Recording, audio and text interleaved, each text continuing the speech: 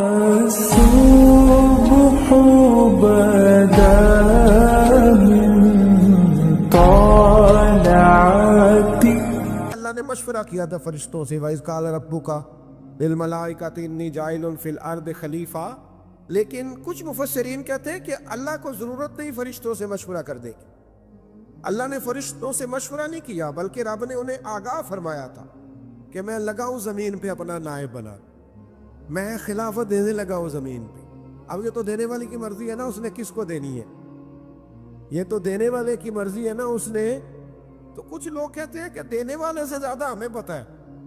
تو فرشتوں کو بھی یہ اجتہادی خطا ہو گئی, کہنے لگے یا اللہ اسے نہ بنانا, یہ فساد کرے گا, یہ خون ریزیاں کرے گا. تو اللہ نے فرمایا جو میں جانتا ہوں وہ تم. اللہ اکبر. امام راضی فرماتے جب رمضان آتا ہے تو اللہ فرشتوں سے کہتا ہے ذرا یہ کھول کے دروازے دیکھو نا یہ زمین پہ کیا کر رہے ہیں. تم تو کہتے تھے فساد کریں گے اور یہ سارے تراویح بڑھ رہے ہیں. تم تو گویا کہتے تھے فساد کریں گے اور یہ تو دیکھو گویا رمضان کے روزے رکھ رہے, یہ تو میری یاد میں نکلے ہوئے. تم کچھ کہتے تھے اور دیکھو میں نے تمہیں کہا تھا نا جو میں جانتا ہوں وہ تم. اللہ نے پھر حضرت آدم علیہ السلام کو تمام زمانے کے علوم عطا کیے, علم سکھا لیا. تو فرشتوں سے کہا تم بھی ان چیزوں کے نام بتاؤ, تو وہ بتا سکے نہیں. اللہ نے فرمایا اب اس طرح کرو آدم کو سجدہ کرو. سب نے سجدہ کیا سوائے وہ. کہنے لگا یا اللہ صرف تجھے ہی کرنا ہے, کرنا بھی صرف اللہ کو چاہیے, پر رب کے آگے بھی جھکنا چاہیے. اور جس کے سامنے رب جھکائے نا وہاں بھی. اور یہ جو عاجزی ہے نا, یہ جو جھکنا ہے, یہ علم کے آگے ہے.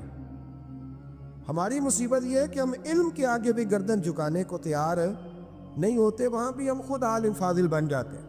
تو فرمایا کہ سب سے کہا سجدہ کرو, سب نے سجدہ کیا سوائے ابلیس کے. تو پھر ہوا کیا وکان من الکافرین, وہ کافروں میں سے ہو گیا. پھر اللہ نے حضرت آدم کو اور جناب حوا کو نا مقام دے دیا جنت میں رہنے کے لیے, اور کہا سارا کچھ کھانا, درخت کے قریب نہ جانا. فطرت ہے نا انسان کی, وہ جستجو کرتا ہے, کہا اس درخت کے پاس نہ جانا. تو حضرت حوا سلام اللہ علیہ کہتے ہیں دل میں خیال رہتا تھا کہ آخر ہے کیا درخت کے پاس.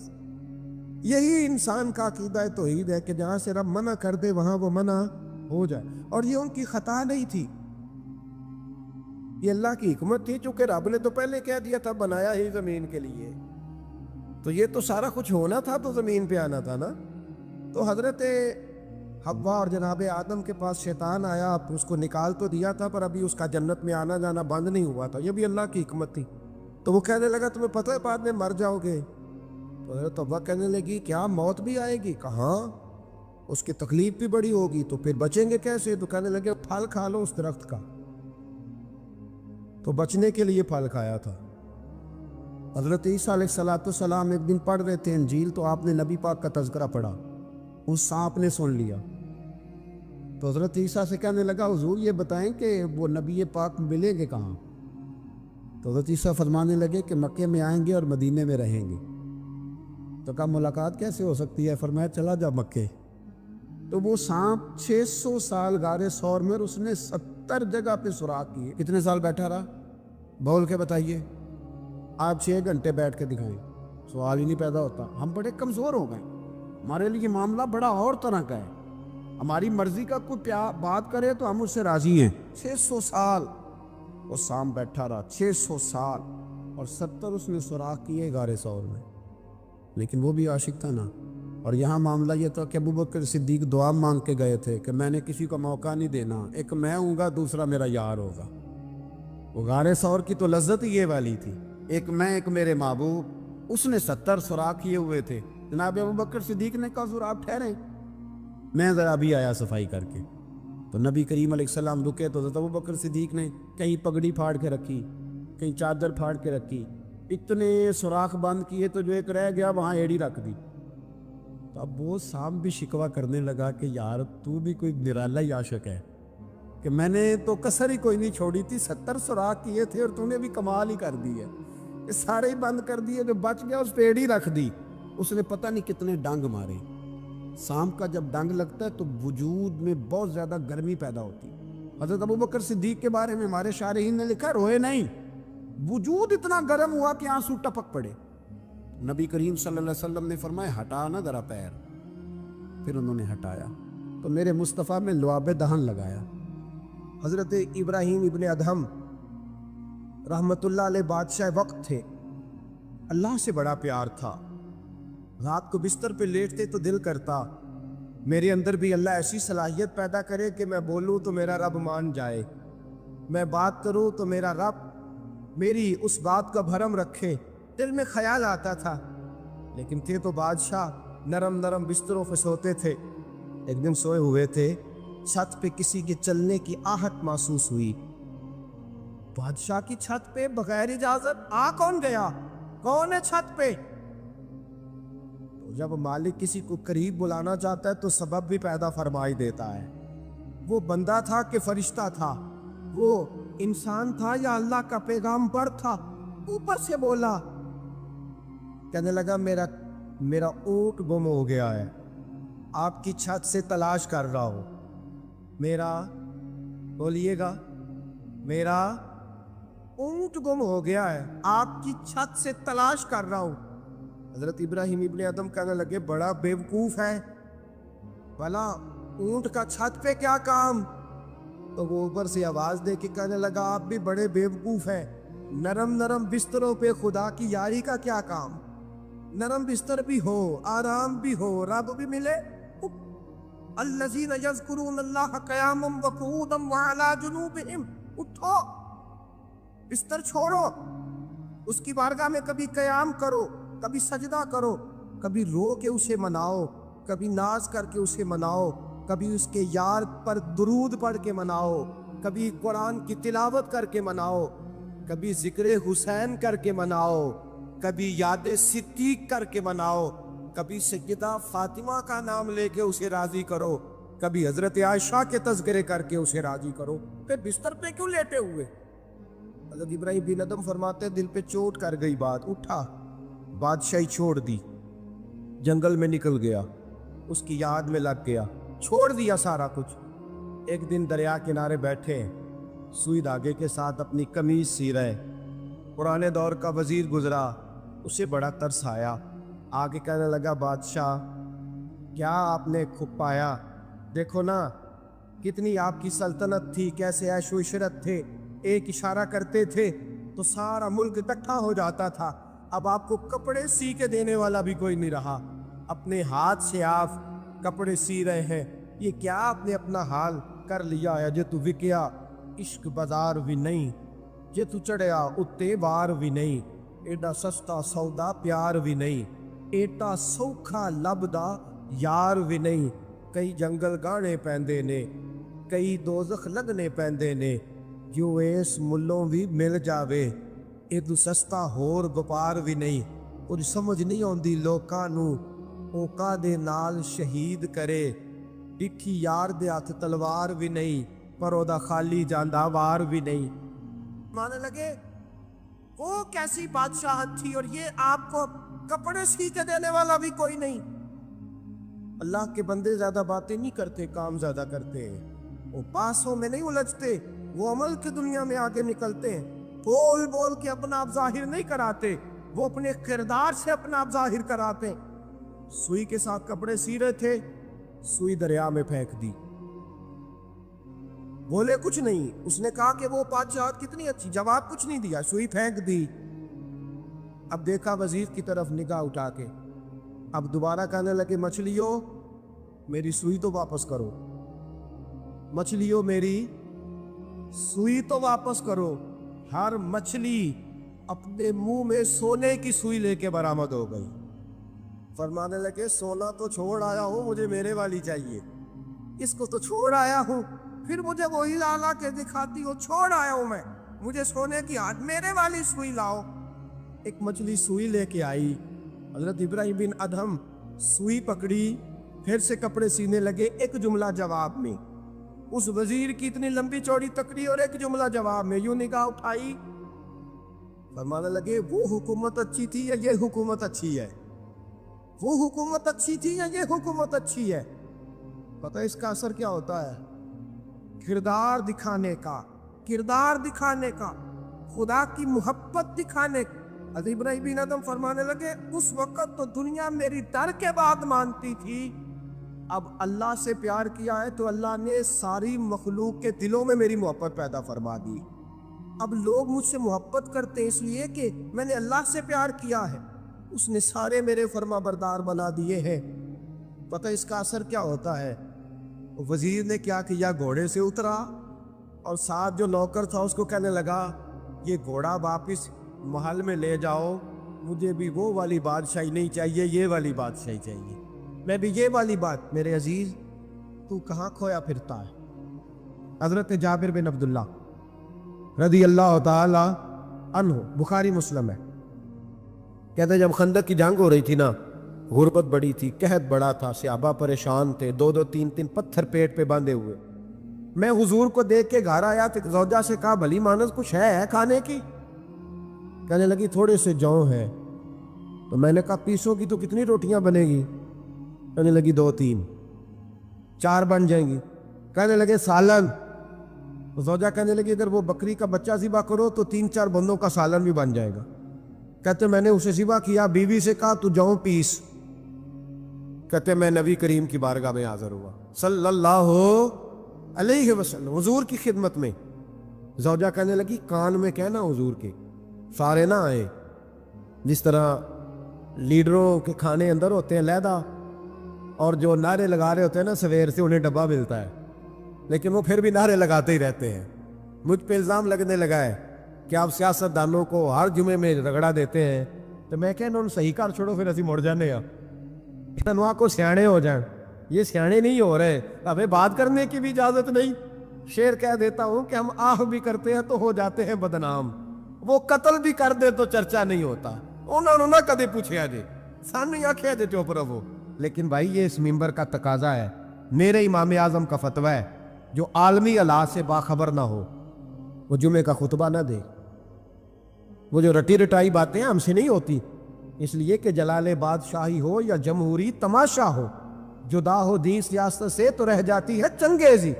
حق بات انشاءاللہ ہو رہی ہے اور ہوتی رہے گی. اور بات صاف ستھری ہے. اگر کوئی بات ایسی ہوگی تو وہ بات, اگر غوث پاک اپنے خطبہ جمعہ کے اندر کہہ سکتے ہیں کہ میں ظالموں کو حکمران نہیں بننے دوں گا, تو ہم تو ان کے نوکر ہیں نا. پھر ہم قادری کیسے ہوئے اگر غوث پاک کے طریقے پہ عمل ہی نہ کریں تو؟ اس لیے مہربانی کرے, ہمیں کوئی شخص ایسا مشورہ نہ دے. بلکہ کئی دفعہ ظلم ہوتا ہے, جب کوئی مشورہ دیتا ہے تو عورتیں تو انہوں دل کرتا ہے. اس لیے مہربانی کرے ایسی کوئی مشاورت نہ کرے. بالکل جو غلط بات کرے گا اس پہ ہم بولیں گے, اور آہستہ آہستہ نہیں, کھل کھلا کے بولیں, بالکل بولیں گے. اس لیے کہ اللہ نے زبان دی ہے, وہ کسی وڈیرے کے قدموں میں بیٹھنے کے لیے نہیں دی, وہ رسول اللہ کے ترانے پڑھنے کے لیے دی ہے. ترانے پڑھنے, اگر حضرت بلال رسیوں میں بند ہو کے اور ابو لہب اور عتبہ اتیبہ اور عبداللہ بن جدان اور امیہ بن خلف جیسے لوگوں کے بیچ کھڑے ہو کے کہہ سکتے ہیں نہیں بات جو سچی ہے وہ کی جائے گی, تو ہم ممبر رسول پہ بیٹھ کے نہیں کہہ سکتے؟ اپنے بھی خفا مجھ سے ہے, بیگانے بھی ناخوش, میں زہر حلال کو کبھی کہہ نہ سکا کن, میں کہتا ہوں وہی بات سمجھتا ہوں جسے حق نے ابلائے مسجد ہوں میں توحید کا فرزند. اس لیے کوئی شخص اس نہ سمجھے. ہاں یہ بات علیحدہ ہے کہ ہمارا سیاسی ایجنڈا کوئی نہیں, ہمارا ایجنڈا رسول اللہ کی نوکری ہے صلی اللہ علیہ. سیاسی ایجنڈا کوئی نہیں. اللہ کے وقت کی محبت تو سیاست کا چلن چھوڑ دیا. ہم اگر عشق نہ کرتے تو حکومت کرتے, وہ بات علیحدہ ہے. بہرحال عام دام پر سر مطلب, حضرت جابر بن عبداللہ رضی اللہ تعالیٰ عنہ کہتے زوجہ نے کہا کان میں کہنا. میں نے کان میں جا کے کہا حضور 2-4 بندوں کی روٹی ہے, آ جائیں کھانا کھا لیں. وہ والا رنگ نہیں تھا نا کہ لیڈروں کا کھانا اور کارکنوں کا کھانا چلو اور گل کر لینے. پیران دی یخنی تے روٹیاں پہ ہو کے کہندے حضرت جی بیمار نے تے مرید لنگر کھانے دے شفا ہے. تے میں کہا تم ہی کھا مار, تینوں بھی شفا ہو جائے گی. تو اپنے لیے تے چوری پکائی اندر. یہ رنگ وہاں نہیں تھا. میرے نبی پاک سید عالم صلی اللہ تعالی علیہ وسلم کے کان میں کہا حضور 4-5 بندوں کی روٹی ہے. حضور باہر نکلے خندق سے, باہر نکل کے فرمایا چلو بھائی سارے, جابر نے کھانا پکایا ہمارا. حضرت جابر کہتے میں نے دوڑ لگائی, گھر آ گیا اور میں نے کہا تجھے تیری مار ہوئے, حضور تو 1000 سے زیادہ بندہ لے کے آ رہے. تو کہتی تو نے کہا نہیں تھا نبی پاک سے 4-5 بندوں کا ہے. حضرت جابر کی زوجہ کا عقیدہ سنو, کہنے لگے میں نے تو کان میں کہا تھا, دوسرے نے سنا بھی نہیں. وہ تو حضور نے کہا سارے چلو.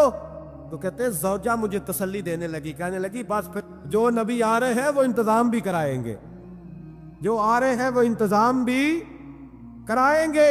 کیا کہا مولانا حسن رضا نے, قلم توڑ دیے. کہنے لگے آج جو عیب کسی پر نہیں کھلنے دیتے, آج جو عیب کسی پر نہیں کھلنے دیتے, ارے کب وہ چاہیں گے میری حشر میں رسوائی ہو.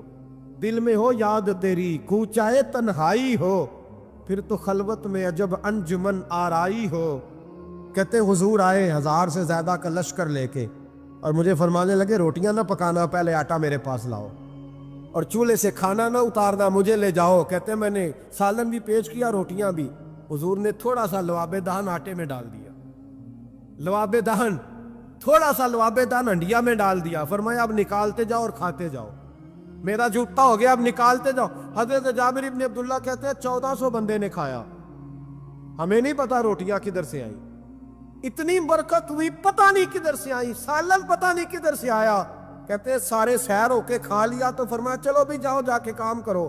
مجھے فرمانے لگے اب تو بھی کھا, آ جا بچے بھی بلا. کہتے سب نے کھایا. حضور اٹھ کے جانے لگے تو فرمایا ذرا روٹیاں دیکھ, پہلے زیادہ تھی کہ اب زیادہ ہے, ذرا دیکھنا سالن پہلے زیادہ تھا کہ اب زیادہ ہے. تو میں نے کہا نہیں حضور پہلے سے زیادہ ہے, میرے محبوب کے تبرک میں اتنی برکت ہے. تو حضور کے وجود سے جو چیز لگ جائے تو اسے قیمتی نہیں سمجھتا. کہاں بیٹھ کے دین پڑھا ہے, یا ہمیں سمجھا لے یا پھر ہم تجھے سمجھائیں. صحیح تینوں سمجھائیے تو صحیح کر کے سمجھائیے.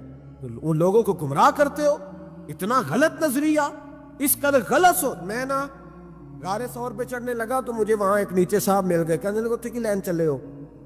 میں کہ تینوں اسی اتھوں میں نہیں پوچھ کے آیا جدو کرو آئے ہیں, اتھوں میں نہیں تینوں پوچھنا بے لیا, تو غلط فہمی دا شکار ہے.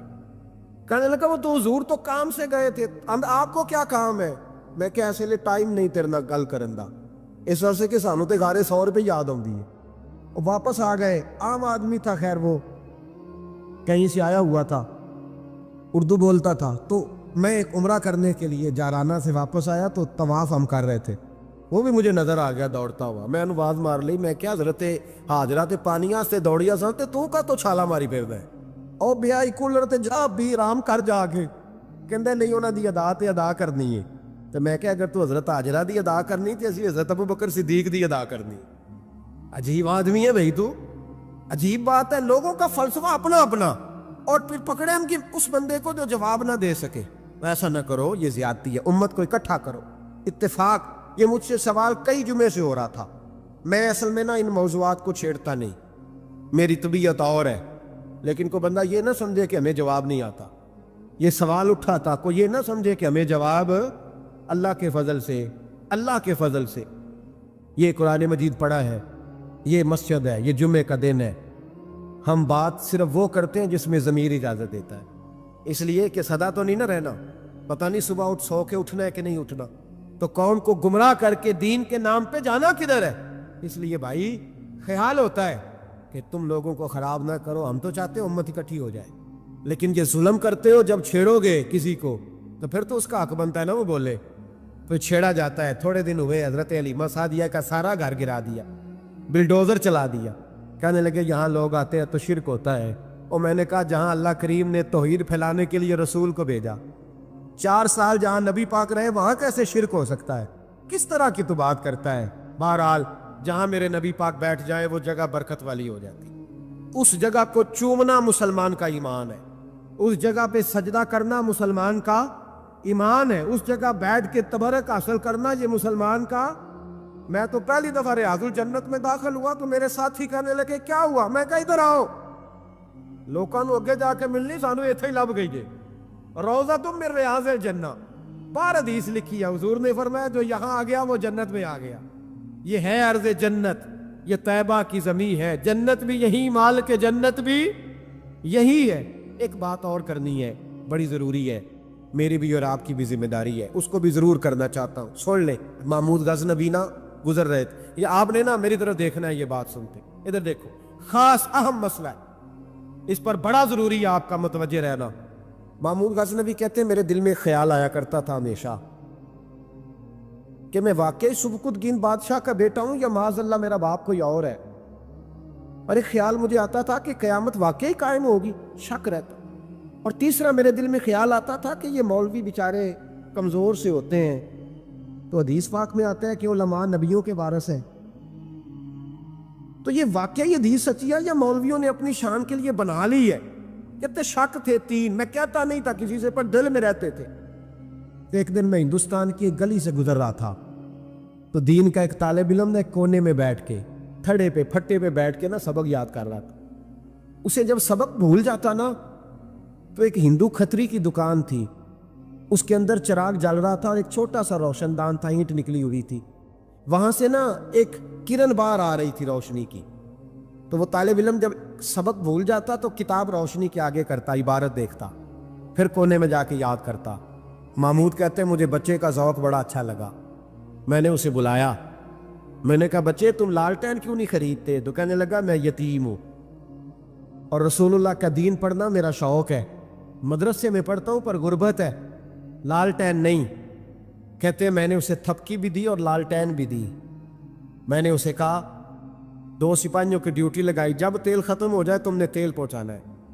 محمود کہتے زندگی میں بڑی نیکیاں کی تھی پر جتنا سکون آج ملا پہلے کبھی نہیں ملا تھا. کہتے شاہ کی نماز پڑھی تو دل میرا ٹھنڈا ٹھنڈا ٹھار، پھولوں کی سیت پہ میں سویا.